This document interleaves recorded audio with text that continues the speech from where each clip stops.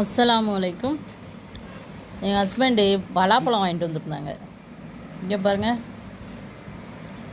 உள்ளே ஒன்றுமே இல்லை வெட்டினா. இங்கே பாருங்கள் எப்படி இருக்குன்னு பாருங்கள், பழமே இல்லை. ஒவ்வொரு இதுவும் இவ்வளோ பிரிஸ்கு இருந்துச்சு, ஒரு டேஸ்ட்டு எதுவுமே இல்லை.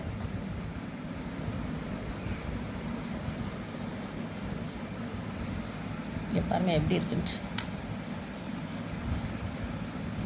சும்மா தேங்காயை கடித்து சாப்பிட்ட மாதிரி இருந்தது.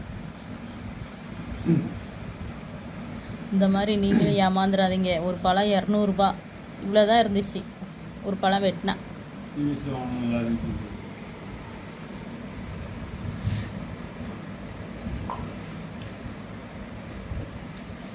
எப்படி இருக்குன்னு பாருங்கள்.